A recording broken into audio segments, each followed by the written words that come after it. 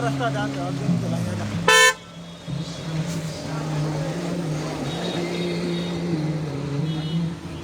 Kata di ba lang, rasta yan.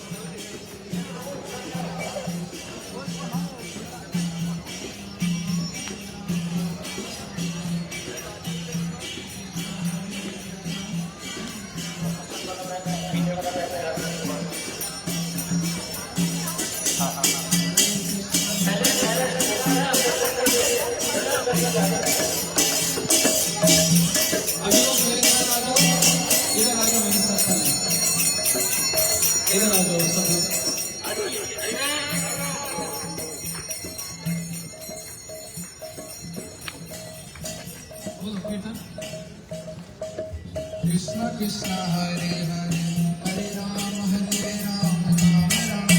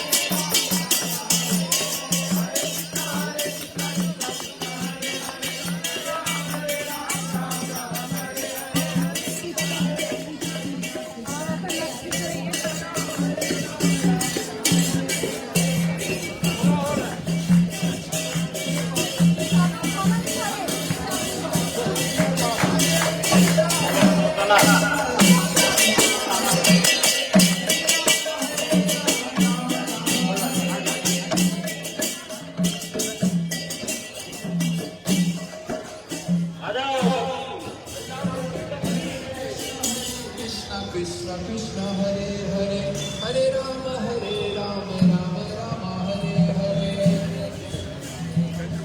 नहीं नहीं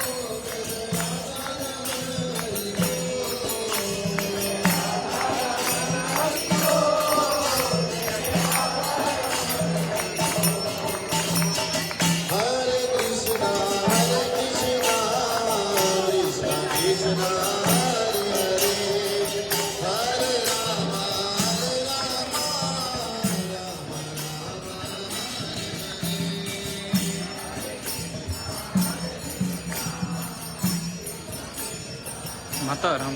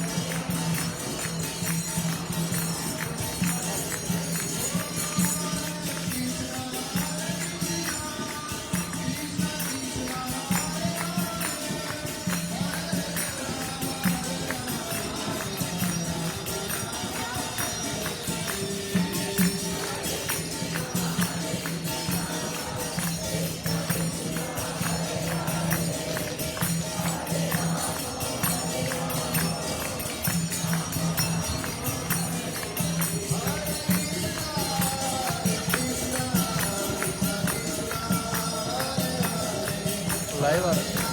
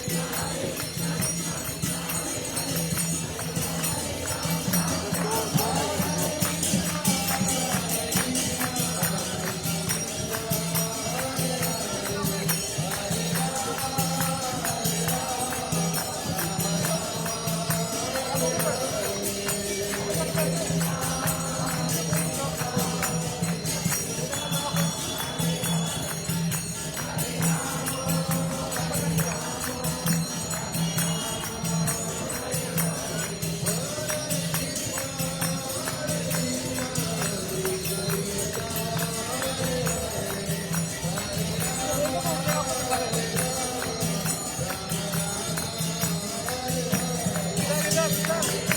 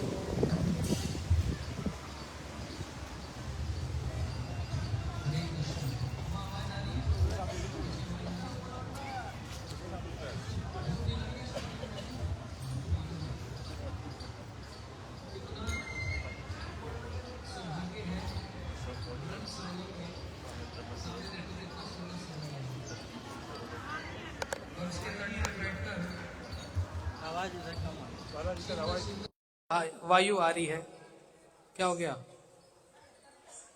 तो इधर आ जाओ भाई, मैं थोड़ा वहां आ जाऊंगा। कैसी बातें करते हो आप लोग? आवाज नहीं आ रही तो इधर थोड़ा कष्ट कर लो, आगे आ जाओ।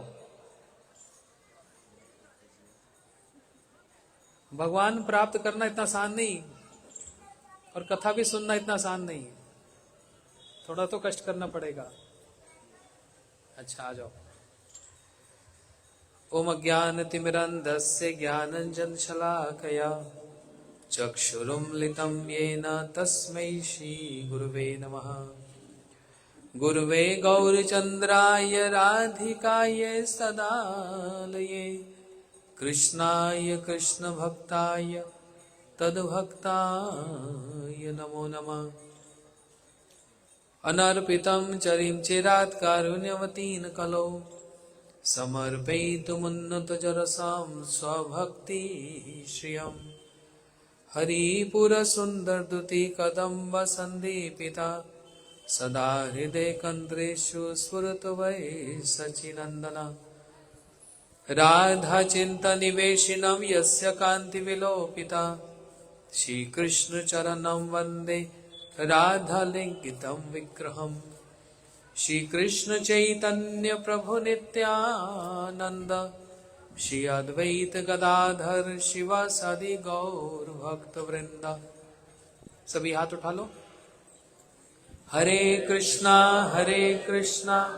कृष्णा कृष्णा हरे हरे, हरे राम राम राम हरे हरे। और एक बार, हरे कृष्णा कृष्णा कृष्णा हरे हरे, हरे राम राम राम हरे हरे। देखो,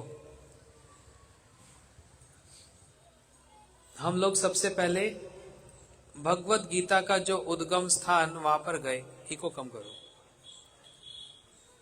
उसके पश्चात भीष्म जी के स्थान पर गए, और अभी हम जहां पर आए हैं, हम में से कितने लोग हैं जो पहली बार आए हैं?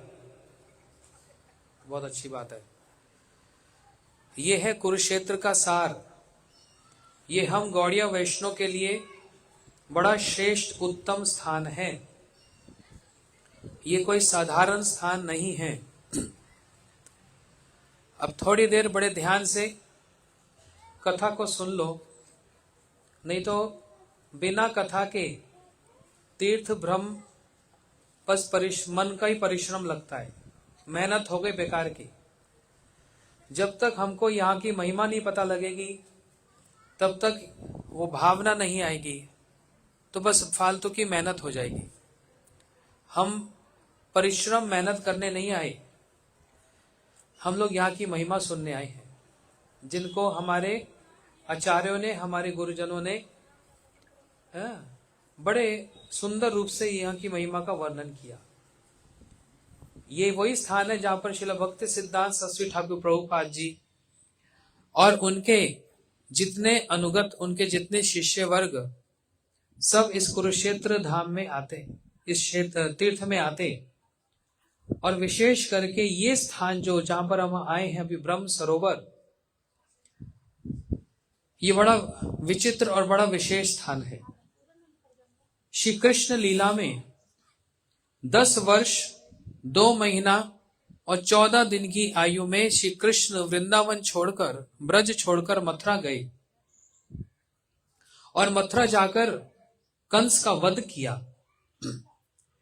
और कंस की पत्नियों ने जरासंध से शिकायत लगा दी, और मथुरा पर आक्रमण पे आक्रमण होने लगे।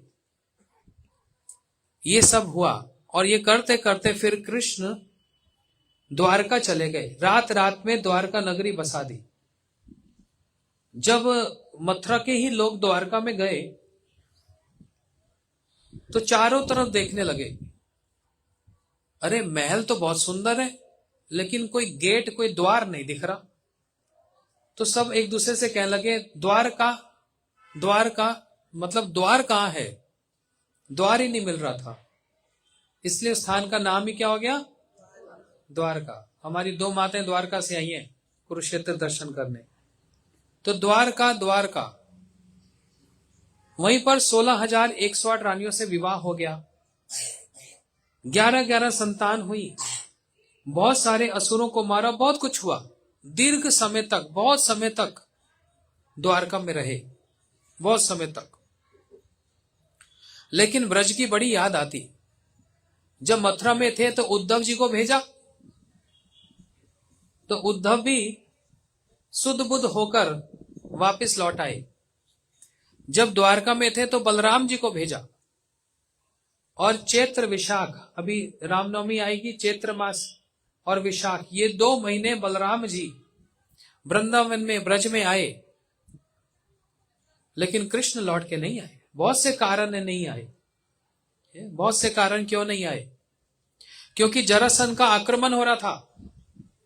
जो लोग कृष्ण लीला से अवगत नहीं हैं, झूठ मूठ का आरोप लगाते हैं कि भगवान कैसे राधा जी गोपियों के साथ प्रेम किया और उस प्रेम को छोड़कर फिर रानियों के साथ विवाह कर लिया, ये तो अच्छा काम नहीं किया। लेकिन भावना तो समझो, क्यों नहीं आए कृष्ण वापस लौटकर? क्योंकि नहीं चाहते थे कि जरासंध का आक्रमण कहीं वृंदावन में, ब्रज में हो जाए। द्वारका में तो मैं संभाल लूंगा, लेकिन वृंदावन में ब्रजवासियों के पास कोई अस्त्र शस्त्र नहीं है, और अगर एक पत्ता भी वृंदावन का टूट गया तो कृष्ण कहने लगे वहां का लता पता वृक्ष सब मेरे प्राणों से भी प्रिय हैं, तो मैं सृष्टि में प्रलय कर दूंगा। इसलिए अपने हृदय पर पत्थर रखकर दूर चले गए कि मेरे वृंदावन के जो वासी हैं, मेरी जो गोपियां हैं, वो सुरक्षित रहें। और श्री कृष्ण भी वहां पर शांति से नहीं, बड़े कष्ट में हैं। अपनी रानियों के साथ सोते हैं, रुक्मणी सत्यभामा के साथ, लेकिन सारी सारी रात राधे राधे राधे ललिता विशाखा ये बोलकर रोते रहते हैं। सारा तकिया आंखों के आंसुओं से भीग जाता है, ऐसी दशा।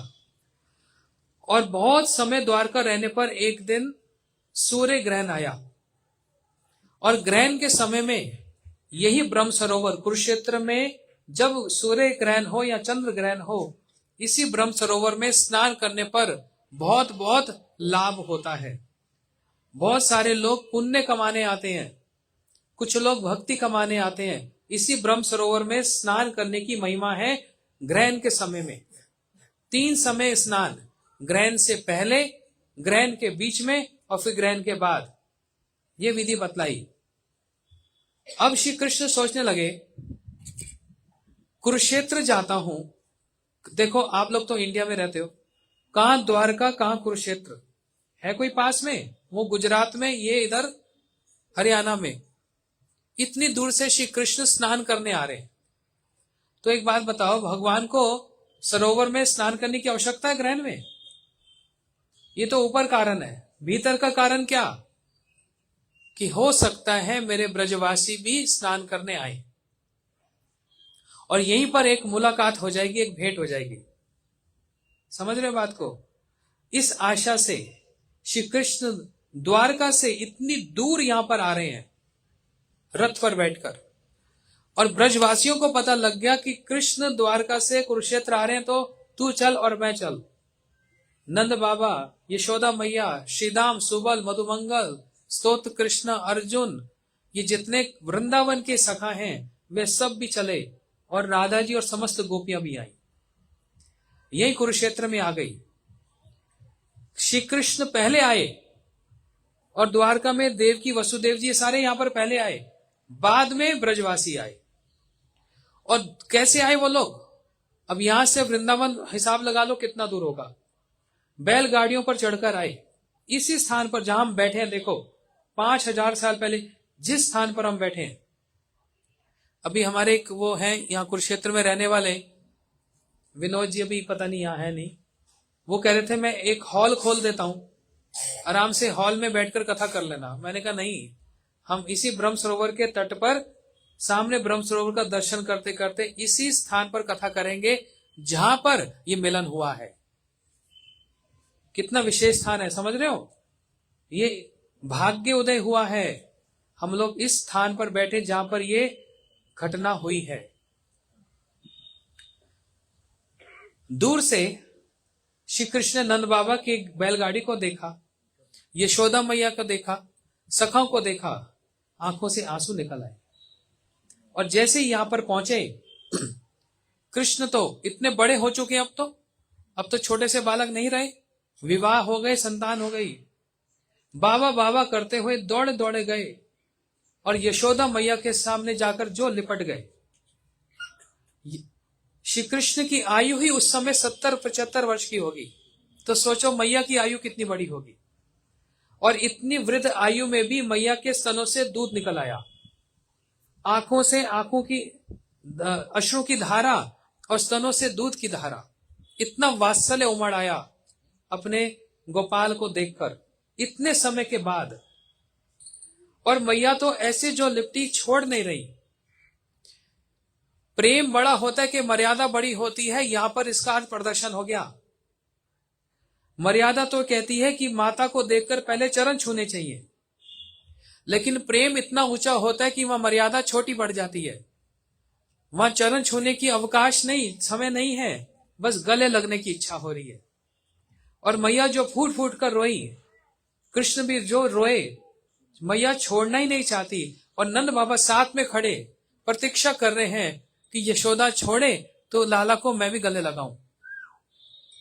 लेकिन मैया तो छोड़ ही नहीं रही कि अब इतने समय के बाद तू मेरे को मिला है, अब तो मैं तेरे को छोड़ूंगी नहीं।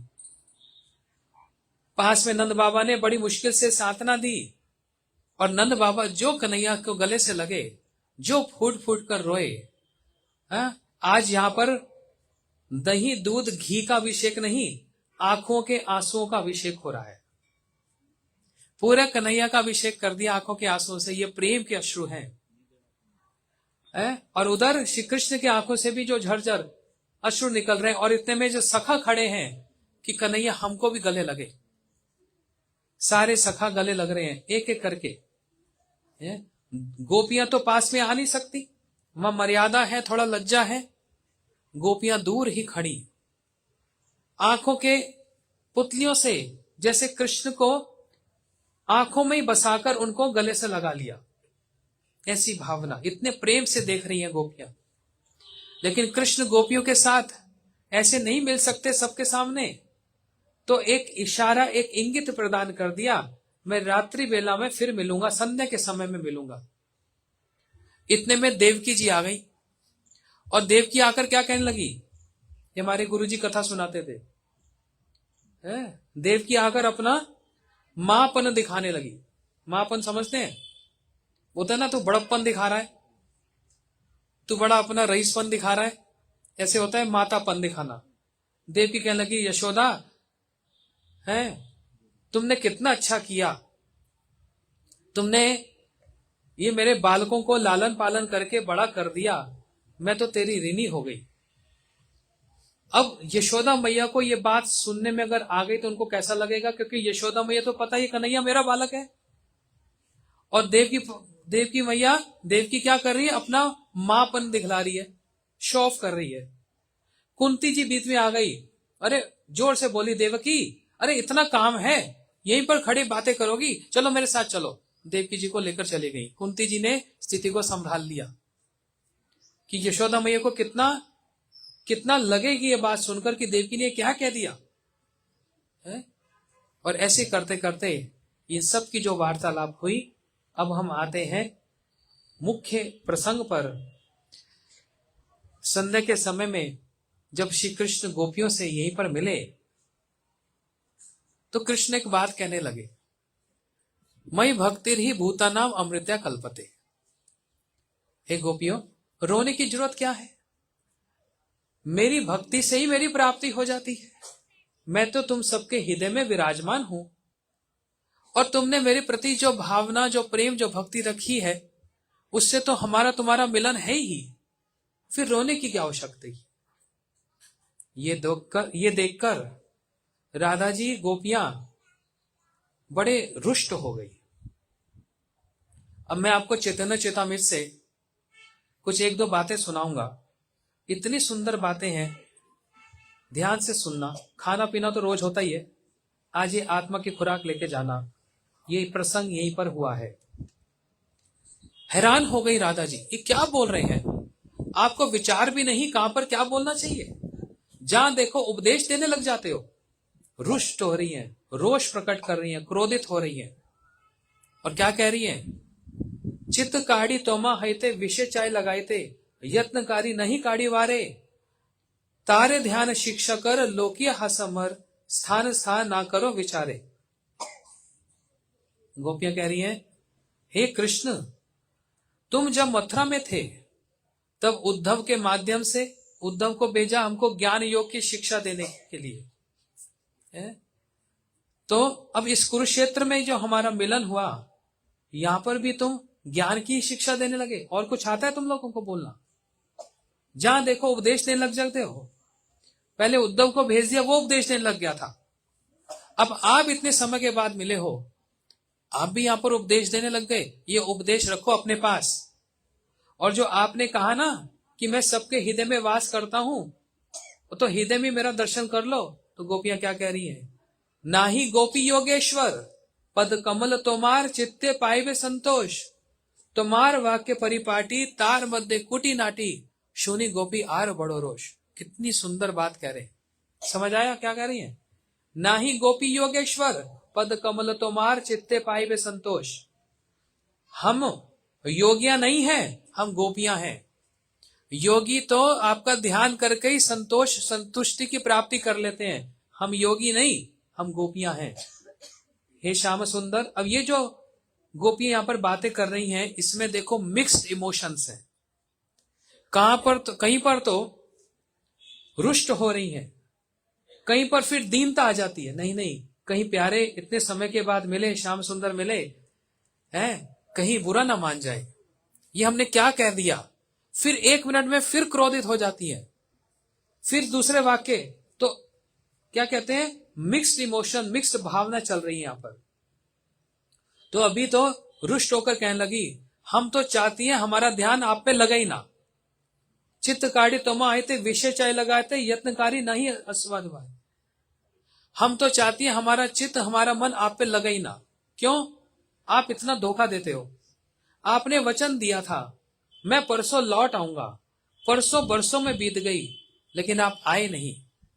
हम उसी वचन से ही जीवित हैं बस, क्योंकि हमको एक बात पता है, आप जो वचन देते हो आप पूरा करते हो। यदि आप नहीं आना चाहते तो बोल देते, हम अपने प्राणों को वहीं त्याग देती। लेकिन श्याम सुंदर, आपने हमारी स्थिति बड़ी विचित्र कर रखी है। हमको बोलते हो गोपियों भोग करो, इंद्रियां तो तुम्हारे पास है, भोग तो इंद्रियों से ही होता है, इंजॉयमेंट तो इंद्रियों से होती है, तो इंद्रियों से भोग करो। कृष्ण गोपियों से कह रहे इंद्रियों से भोग करो। गोपियां कहने लगी मन तुम्हारे साथ चला गया तो हम भोग कैसे करेंगे, भोग तो मन से होता है, इंद्रिय हमारे पास है, मन तो आप साथ लेके चले गए, तो बताओ हम इंजॉय कैसे करें, उस इंद्रियों से भोग कैसे करें। इसलिए हमने विचार किया आपके प्रति ध्यान लगाना ही नहीं है। लेकिन हमारी एक समस्या है, चित्त काढ़ी तोमा है थे विषय चाय लगाए थे, हम बहुत प्रयास करती है हमारा मन इधर उधर लगे, लेकिन ये कैसा विचित्र मन है जो आपके साथ चला गया, इसलिए सब समय आपकी ही चिंता करता रहता है और किसी की चिंता नहीं करता। हमारी स्थिति बड़ी खराब है? इसलिए हमको योगी मत बनाओ, हम गोपियां हैं। बस प्यारे, आपके चरणों की सेवा करने की हमारी अभिलाषा है और हमारी आपको ध्यान करने की, मन लगाने की, इससे हमारी संतुष्टि नहीं होगी। और उस पर उसके ऊपर आप हमको उपदेश देने लग गए हो कि मेरी भक्ति से ही मेरी प्राप्ति हो जाती है। ये उपदेश देना ये उचित है क्या? इतने समय के बाद मिले उपदेश दे रहे हो। तुम्हार वाक्य परिपाटी तार मध्य कूटी नाटी, आपके जो वचन है ना, इसमें राजनीति कूटनीति दिखती है। और शुनि गोपी आर बड़ो रोष, ये सुनकर हमको और क्रोध मत दिलाओ, हमारा क्रोध बढ़ता जा रहा है। ऐसे गोपियों ने श्री कृष्ण को स्पष्ट रूप से कह दिया। अब देखो क्या कह रहे, देश स्मृति नहीं जार, संसार कूप कहां तार, ता है ते ना चाहे उद्धार, वेरे समुद्र जले, काम तिमिंगल गले, गोपी गने नहीं तार पार। है?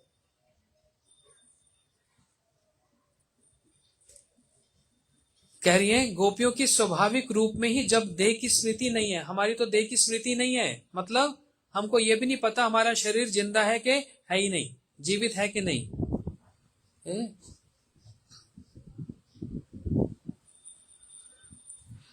तुम्हारे वीरे समुद्र में हम पड़ी हुई गोपियां केवल तुम्हारी सेवा काम रूपी तिमिंगल, तिमिंगल मतलब क्या होता है जानते हैं?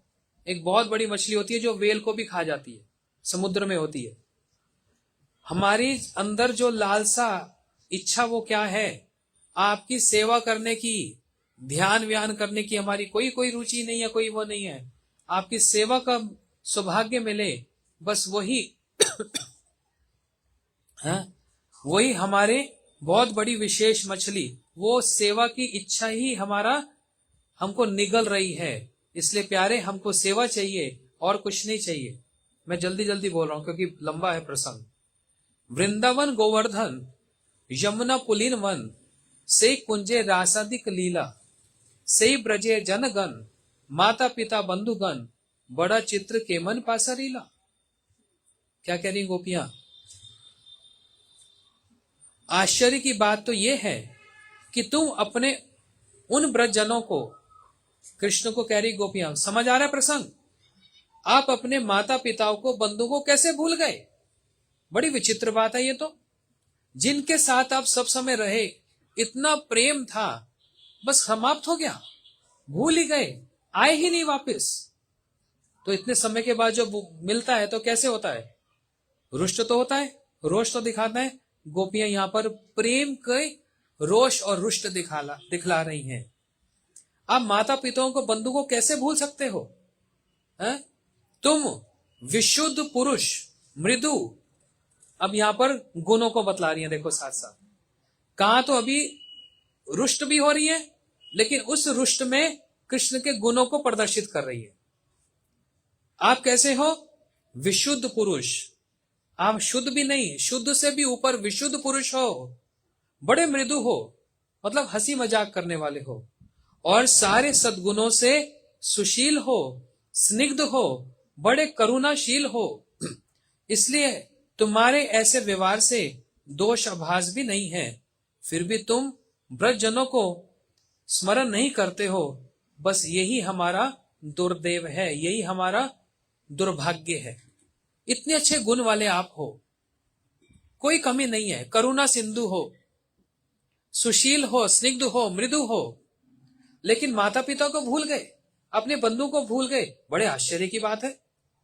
ये कैसे? आपको ये गुण सूट नहीं करते। ना देखी अपन दुख, देखी ब्रजवेश्वरी मुख, ब्रज जनेर हृदय विधरे, कीवा मारे ब्रजवासी, कीवा जियाओ ब्रज आसी, केन जियाओ दुख सही भारे।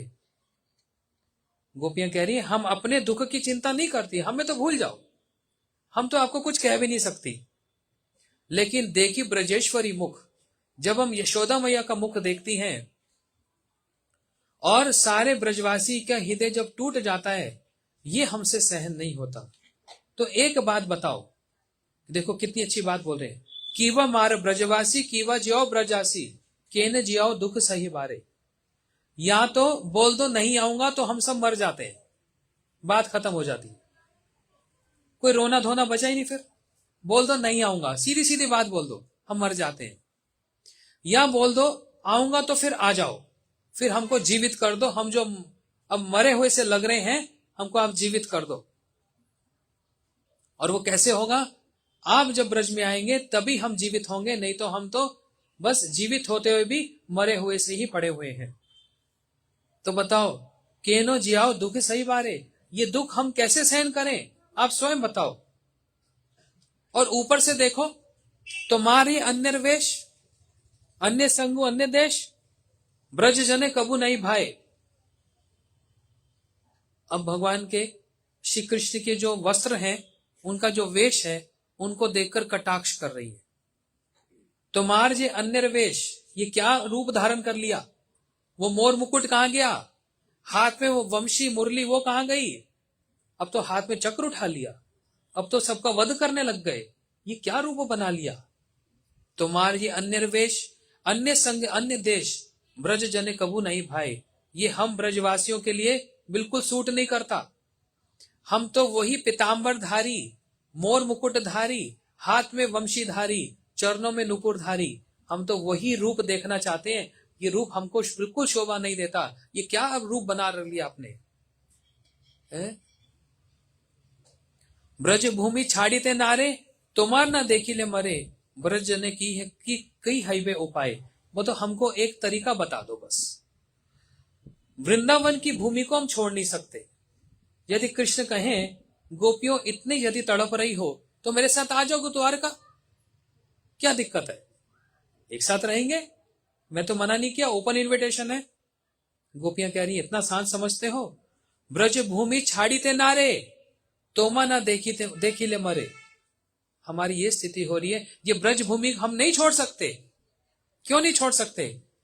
क्योंकि द्वारका का जो भाव है वो तो बिल्कुल वृंदावन से एकदम अलग हो गया। वहां पर तो आपका ये ऐसा ऐश्वर्य, हाथी घोड़ों में घूमते हो आप, सोने का मुकुट धारण करते हो आप, कोई आपके निकट आ नहीं सकता। और वृंदावन में कैसे? नंगे पांव, बिना पादुका धारण करे, इधर दौड़ते उधर दौड़ते, गैयों के पीछे दौड़ते हैं। ये द्वारका का भाव तो बिल्कुल ही ऐश्वर्यमय भाव है, वह माधुर्य नहीं है। इसलिए वृंदावन की भूमि को हम नहीं छोड़ सकते। क्यों नहीं छोड़ सकते? और एक कारण क्या? क्योंकि आपकी जितनी भी प्रेम लीला हुई है वो कहां हुई है? इस वृंदावन की भूमि में ही हुई है। हमको तो इस भूमि ने ही बचा रखा है, इस लीलाओं ने ही हमको बचा रखा है, नहीं तो हमारा और कोई उपाय नहीं है। हाँ, ब्रज भूमि छाड़ी ते नारे, तोमा ना देखी ले मरे, ब्रज ने की करे उपाय। बताओ हम ब्रजवासियों का क्या उपाय, क्या तरीका बताओ? ब्रज भूमि छोड़ नहीं सकते और आपको देखे बिना हम मर रहे हैं, क्या किया जाए बताओ? इस प्रकार गोपियों ने ये सारी बातें बताई। मैंने तो बहुत संक्षेप में बताया। अब बड़े भाव से रोती रोती कह रही हैं, तुम्ही ब्रजेर जीवन, ब्रज राजेर प्राण धन, तुम्ही ब्रजेर सकल संपद, कृपा आद्र तुम्हार मन, आसी जियाओ ब्रज जन, ब्रजे उदय कराओ निज पद। हे कृष्ण, तुम ब्रज के जीवन हो, ब्रजराज नंद बाबा के प्राण हो, तुम तो समस्त ब्रज की एकमात्र संपत्ति हो, तुम्हारा मन कृपा से द्रवीभूत रहता है। तुम ब्रज में आकर ब्रजवासियों को संजीवित करो। हे कृष्ण, आपके हृदय में तो बड़ी करुणा है ना। ये बेचारे सब मर रहे हैं, आपके विरह में जीवित नहीं है, मर रहे हैं, इसलिए आकर इनको जीवित कर दो। कृपा करके ब्रज में पदार्पण करो, अपने चरणों को ब्रज में फिर से लेकर आओ। हमारी यही प्रार्थना है। ये राधा जी की वाणी सुनकर, ये तो राधा जी ने अपनी बात बोल दी। अब कृष्ण की बात भी सुनेंगे भाई? एक पक्ष सुना जाता है कि दोनों सुने जाते हैं? नहीं तो बेचारी वही रोती रह गई, तो कृष्ण तो झूठे पड़ गए, बोले तुम तो निष्ठुर हो गए। उन्होंने तो अपनी बात बोल दी, अब कृष्ण की बात भी सुन लो, दोनों पक्ष सुन लो। आप देखो कृष्ण कहां से आरंभ कर रहे हैं, कितनी सुंदर भाषा है। प्राण प्रिय, यहां पर भी अब कृष्ण की भावना देखो कैसी मिक्स्ड इमोशन। एक तो अपनी गलती का एहसास कि मैंने बोला था मैं आ जाऊंगा, मैं आया नहीं। दूसरा, मैं विवश हूं, किस कारण से नहीं जा रहा हूं ये मेरी गोपियां समझ नहीं पा रही। अरे वो बोलते हैं हृदय पे पत्थर रखा हुआ है कि किसका मन नहीं करता ब्रज में आने का, लेकिन आप सबकी सुरक्षा के लिए ही मैं ब्रज में नहीं आ रहा, लेकिन ये बात बोल नहीं सकते, इसलिए अंदर ही अंदर उस जहर को, उस विष को पान कर रहे हैं। कौन सा जहर? विरह का। सत्य वचन तुम्हार सबर स्मरणे, झूरू मुई रात्रि दिने, मोर दुख न जाने कौन जन। समझ आ रही है बात? एक बार बोलो हरे कृष्णा। नींद तो 1 मिनट में आ जाती है, इतने प्यार से कृष्ण राधा जी से बोल रहे हैं प्राण प्रिय। और यहां देखो सब प्राण प्रिय, बोलते निद्रा प्रिय। ध्यान से सुन लो एक बार। राधा जी के वचन सुनकर श्री कृष्ण ने मन में ब्रजवासियों के प्रति प्रेम जागृत हो उठा और उनके देह तथा मन व्याकुल हो गया।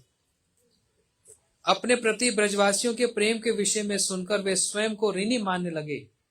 अब कृष्ण क्या कह रहे हैं? हे प्राण प्रिय राधिके। कोई ऐसा बोलता है किसी को? कोई बहुत निकट हो, जिससे अधिक प्रेम हो, उसी को ये शब्द कहा जाता है। हे प्राण प्रिय राधिके, मैं सत्य वचन कह रहा हूं। ये कौन कह रहा है? कौन कह रहे हैं ये? कौन कह रहे हैं ये? उनको कहा गया सत्यम परम धीमहि। महाभारत जी में कृष्ण को कहा सत्यम प्रतिशतम कृष्णा। जहां पर सत्य वही कृष्ण है और जहां कृष्ण वही सत्य है। तो कृष्ण कभी झूठ बोलते हैं? नहीं बोल सकते। कहते मैं सत्य वचन कह रहा हूं, तुम सबको स्मरण करके मैं रात दिन रोता रहता हूं। ऐसे नहीं बोल रहे हैं। अब बड़े भावुक होकर, आंखों में आंसू आते आते, रोते रोते ये बात बोल रहे हैं। इससे पहले नहीं बोली थी। हे प्राण प्रिय, मेरे सत्य वचन सुनो, तुम्हारे सबके विरह में दिन रात रोता ही रहता हूं। मेरे दुख को कोई भी नहीं जानता, मेरे दुख को बस मैं ही जानता हूं। जबकि राधा जी के पास गोपियां हैं जो उनको कंधा देने के लिए, सहारा देने के लिए बैठी हैं। राधा जी के पास ब्रज भूमि है, वो सारे लीला स्थली हैं। लेकिन द्वारका में श्री कृष्ण के पास कौन है बताओ? किसके कंधे पे सिर रखकर कृष्ण रोएंगे और अपने मन की विरह की वेदना को बताएंगे? बताओ, कोई है वहां पर? कोई नहीं है। बलराम जी के कंधे पे रखेंगे, बोलेंगे मैं को गोपियों से विरह हो रहा है? नहीं बोल सकते बलराम जी के आगे। रोनी मैया के सामने कोई ऐसी बात बोलता है? ले देकर बचे उद्धव जी, उनको भी तो थोड़ा बहुत ही बोल सकते हैं। इसलिए वो विरह का जो विष है वो अपने हृदय में ही धारण कर रखा है। शिव जी ने तो कंठ में धारण कर रखा है, लेकिन श्री कृष्ण ने उस विरह के विष को अपने हृदय में धारण कर रखा है। इसलिए कह रहे मेरे दुख को तो कोई भी नहीं समझता, मेरे दुख को तो कोई नहीं जानता। और साथ में कह रहे सुनो, ब्रजवासी जत जन माता पिता सखागन सबे है मोर प्राण सम, तार मध्य गोपीगण साक्षात मोर जीवन, तुम्ही मोर जीवन रे जीवन। ओहो, कितनी सुंदर बात। बड़े प्रेम से सुनो। कृष्ण कह रहे हैं देखो राधा जी, ये मेरे माता पिता, ये सखा, ये सब मेरे प्राणों के समान है। किसके समान है? किसके समान?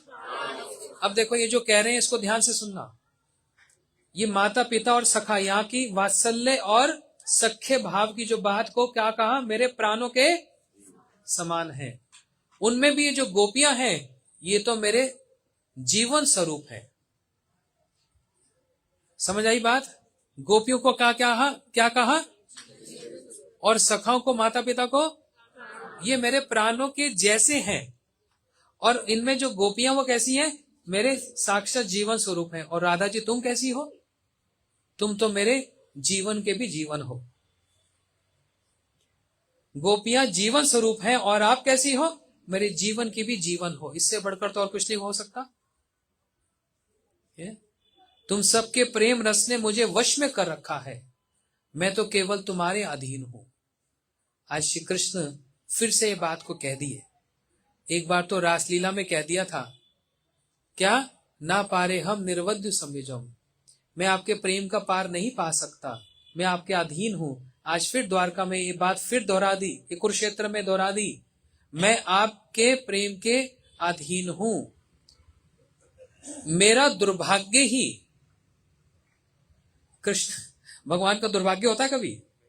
लेकिन आज राधा जी के प्रेम के आगे अपने विवशता को प्रदर्शन कर रहे हैं। मेरा दुर्भाग्य क्या है? मेरा दुर्दैव, मेरा दुर्भाग्य ही मुझको आप सबको छुड़ाकर दूर देश ले आया है। मैं आना नहीं चाहता था। कौन जाएगा द्वारका में? हम तो द्वारका वालों को वृंदावन ले आते। मैं कोई द्वारका में वहां पर कोई साइट सीन देखने गया? मैं वहां पर रानियों से विवाह करने गया? मैं समुद्र के ओशन व्यू रूम में बैठकर मजे लेने गया, आनंद लेने गया? नहीं, कौन जाएगा द्वारका? लेकिन मेरा दुर्भाग्य मेरे को आप लोगों से दूर ले गया, मेरा दुर्भाग्य। इतनी भावना से बोल रहे हैं। और देखो इसके आगे कितनी अच्छी बात कह रहे हैं। प्रिय प्रिया प्रिय संग हीना, प्रिय प्रिया संग बिना, नाही जिए ए सत्य प्रमाण, मोर दशा शून्य जबे, तार ए दशा हवे, ए भय दुहि राखे प्राण। देखो क्या कह रहे हैं, प्रिय के संग के बिना, प्रिय मतलब पुरुष, समझ रहे हैं, पति, और प्रिया मतलब पत्नी। तो देखने में एक जैसे लगते हैं, प्रिय और प्रिया। प्रिया मतलब सखी, मतलब पत्नी, और प्रिय मतलब जो उसका पुरुष, जो पति। तो क्या कह रहे हैं, प्रिय के संग के बिना प्रिया स्त्री और प्रिया के संग के बिना प्रिय पुरुष जीवन धारण नहीं कर सकते। ये सत्य प्रमाण है, जिसका बहुत श्रेष्ठ, ज्येष्ठ और शुद्ध प्रेम है, वो एक दूसरे के बिना रह नहीं सकते। तो कह रहे हैं प्रिय प्रिय संग ही ना, प्रिय प्रिया संग बिना। स्त्री मतलब सखी, प्रिय के संग के बिना प्रिय पुरुष जीवन धारण नहीं कर सकता, ये सत्य प्रमाण है। तथापि दोनों यही सोचकर इसलिए जीवन धारण किए रहते हैं कि मेरे मृत्यु को सुनकर उसकी भी मृत्यु हो जाएगी। इसलिए जीवन धारण करते हैं कि ये सुनकर कि मेरी मृत्यु हो गई, वो भी अपने प्राण छोड़ देगी, और वो प्राण छोड़ देगी तो ये भी प्राण छोड़ देंगे। इसी भावना से ही वो दोनों जीवित रहते हैं। और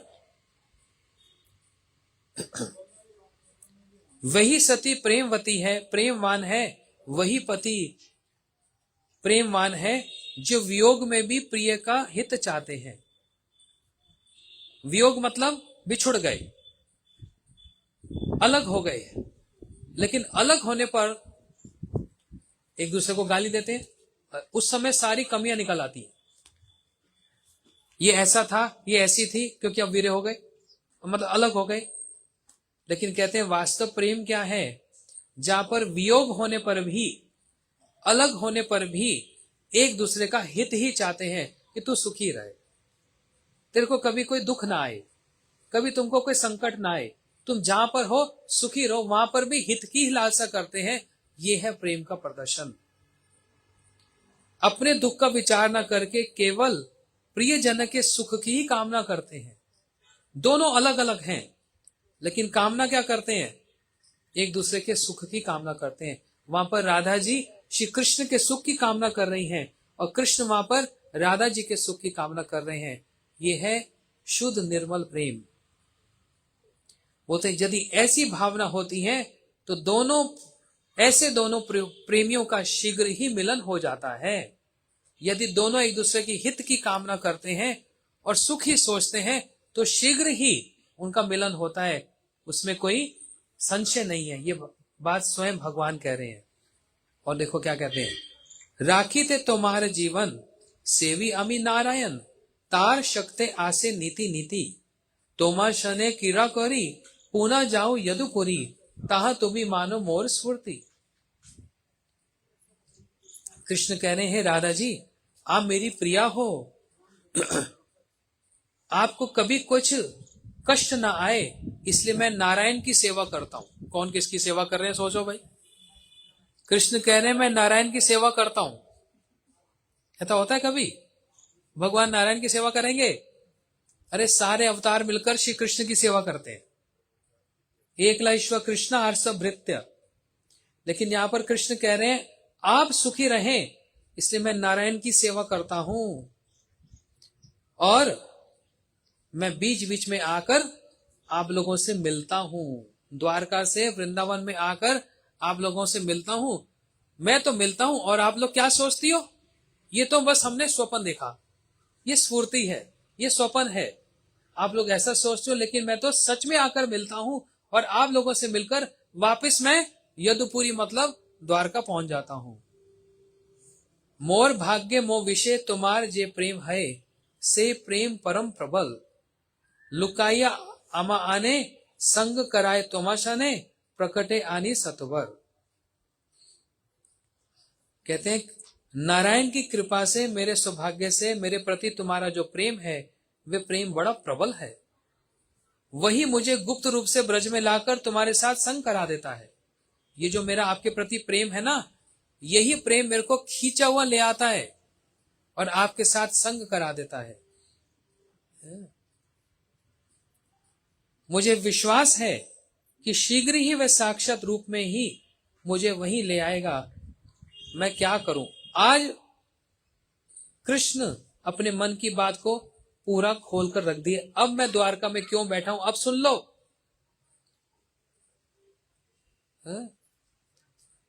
कंस और उसके पक्ष के जो दुष्ट राजा थे, मैंने उन सब का वध कर दिया। कृष्ण बोलते हैं मैंने कंस का वध कर दिया। अब तो केवल 2-4 ही दुष्ट बचे हैं बस। निश्चय जानो उन्हें मारकर मैं वृंदावन शीघ्र ही आ जाऊंगा। बहुतों को मार दिया, 2-4 रह गए हैं, बस इनको समाप्त कर दूं, फिर कोई भय नहीं है, फिर मैं शीघ्र आ जाऊंगा।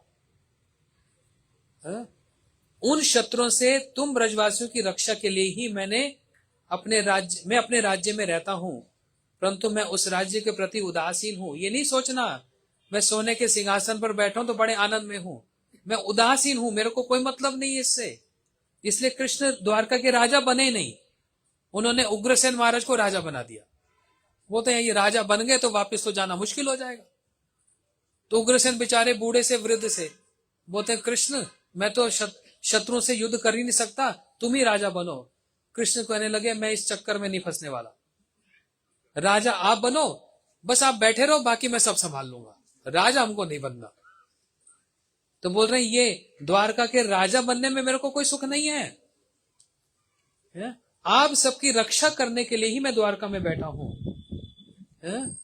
इस राज्य में मेरे जो स्त्री पुत्र धन जो भी है उनका निर्वाह मैं केवल यादों की संतुष्टि के लिए ही करता हूं।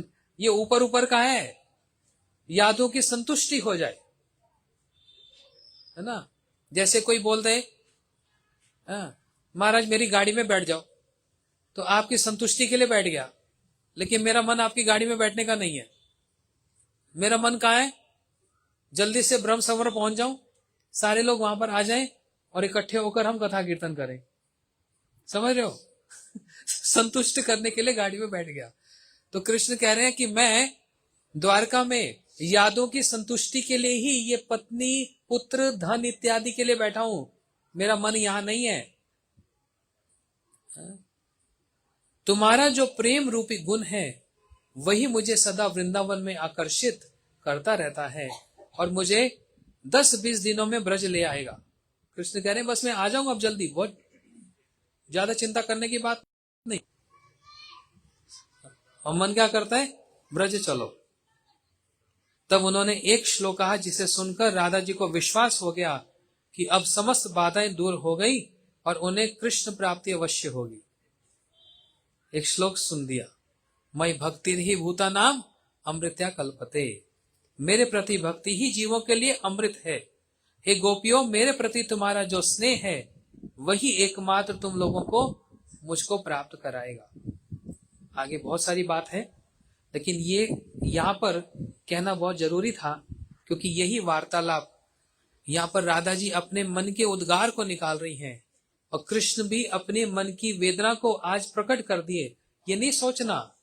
और देखो आरंभ कैसे किया, प्राण प्रिय सुन मोर ए सत्य वचन, मेरी सत्य बात सुनो हे प्राण प्रिय।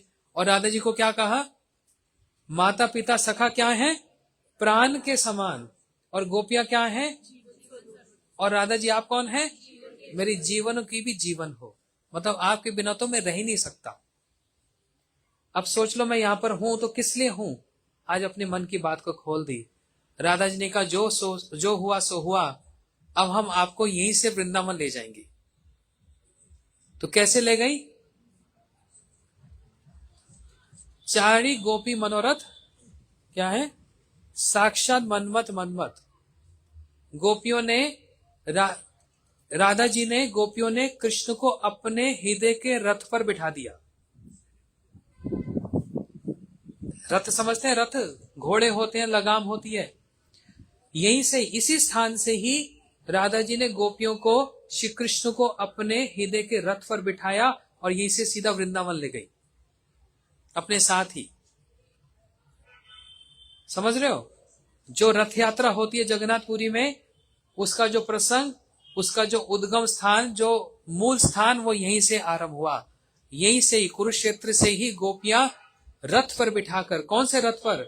वो घोड़े लगाम वाला नहीं, हृदय के रथ पे बिठाकर यहीं से कृष्ण को वृंदावन ले गई। यही रथ यात्रा होती है, यही रथ यात्रा का यहाँ पर प्रसंग है और यही कुरुक्षेत्र यात्रा का सार है। ये स्थान सबसे महत्वपूर्ण है। यहाँ पर श्रील प्रभुपाद भक्ति सिद्धांत सरस्वती ठाकुर, हमारे गुरु महाराज जी और समस्त गुरुजन, श्रील भक्ति दत्त माधव गोसाई महाराज जी और जितने भी हमारे बड़े बड़े गुरु वर्ग, सब इसी स्थान पर आकर इस भूमि पर लोटपोट खाते, ब्रह्म सरोवर के जल से आचमन करते, क्योंकि ये स्थान, ये ऐसा स्थान जहां पर मिलन हुआ है। इसलिए मैं पहले उस प्रसंग में बोल रहा था, भक्तियों ठाकुर जी ने एक विचार प्रकट किया, एक भावना प्रकट की कि यदि मुझसे कोई पूछे कि कोई देह कहां त्यागनी है, तो मैं कुरुक्षेत्र का ही चयन करूंगा। क्यों? ये ऐसा स्थान है जहां पर मेरी स्वामिनी, मेरी राधा जी को मेरी सबसे ज्यादा आवश्यकता है, सबसे ज्यादा आवश्यकता है, क्योंकि इतने दीर्घ वीर्य के पश्चात मिलन की प्राप्ति हुई है। यहाँ पर राधा जी को मेरी बहुत आवश्यकता है, बड़ी जरूरत है, क्योंकि यहीं से अब कृष्ण को वृंदावन लेके जाना है। ऐसी भावना श्रील भक्ति ठाकुर जी ने प्रकट की है ना। इसलिए कौन सी राधा जी यहाँ पर आई, ये भी बहुत बड़ी बात है। ये तो हमारे गुरु जी का ही वैशिष्ट है, और तो कहीं न भूत न भविष्यति कहीं हो नहीं सकता। आप कहेंगे राधा जी तो एक राधा जी है, नहीं, एक है विश्वभानु नंदनी राधा, एक है संयोगनी राधा और एक है वियोगनी राधा। जो श्री कृष्ण के साथ वृंदावन में विहार विलास करती हैं, जो सेवा करती हैं, वह है विश्वभानु नंदनी राधा जी। और वहीं ब्रज में उद्धव कह रही है, जहां पर उद्धव जी आकर राधा जी की वीर्य दशा को देखे, वो जो राधा जी वहां पर कमल के पुष्प पर जो लेटी हुई हैं, वो कौन सी राधा जी हैं? वियोगनी राधा, जो वीर्य में पड़ी हैं। और वो राधा जी का एक प्रकाश जो यहाँ पर आया, क्योंकि श्री कृष्ण कभी ब्रज छोड़ के जाते नहीं, राधा जी भी कभी ब्रज छोड़कर जाती नहीं, तो जो राधा जी वहां से यहाँ पर आई हैं, वो कौन सी राधा जी हैं? संयोगनी राधा। यहाँ पर संयोग हुआ श्री कृष्ण के साथ, इतना गाढ़ा विचार है। ऐसे ही महाप्रभु जी भी, एक महाप्रभु जी जो नवदीप में, एक महाप्रभु जी जो जगन्नाथपुरी में, और एक महाप्रभु जो गोदावरी के तट पर राय रमनन जी के साथ जिनका संवाद हुआ, वो महाप्रभु भी एक नहीं, अलग अलग भावना है। ठीक है, समय भी बहुत हो गया। इस स्थान को हम प्रणाम करते हैं। यहीं पर ही गोपियों ने, श्री कृष्ण ने, समस्त ब्रजवासियों ने इसी कुंड में स्नान किया, तो ये उनका चरणामृत है ना। हम इस भूमि को प्रणाम करते हैं, इस जल को प्रणाम करते हैं, कुरुक्षेत्र इस तीर्थ को प्रणाम करते हैं, और ये भावना लेके चलते हैं कि हम भी रथ यात्रा करें। उन गोपियों के अनुगत्य में हम भी चाड़ी गोपी मनोरथ श्री कृष्ण को अपने हृदय में बिठाकर, हे कृष्ण चलो द्वारका से, मतलब कुरुक्षेत्र से वृंदावन की ओर चले, हम वृंदावन की ओर चले, है ना। गौर प्रेमानंदे हरि हरि बोल, श्री कुरुक्षेत्र तीर्थ की जय। तो यहीं पर हम कथा का विराम देता हूं, और जो इतनी दूर दूर से आप सब लोग आए, आपको हृदय से स्वागत करता हूं, धन्यवाद भी करता हूं। अब कल शिवरात्रि, हम लोग अंबाला में, वहां पर गोपेश्वर महादेव जी का स्थापन हुआ है, हम लोग वहां शिवरात्रि मनाएंगे। कुछ भक्त लोग हमारे साथ जा रहे हैं अंबाला, और कुछ लोग वापस जाएंगे, क्योंकि कल वहां पर फरीदाबाद में भी, श्री राधा माधव गौड़िया मठ में भी शिवरात्रि का उत्सव मनाया जाएगा। माधव प्रिय प्रभु जी वहां मनाएंगे।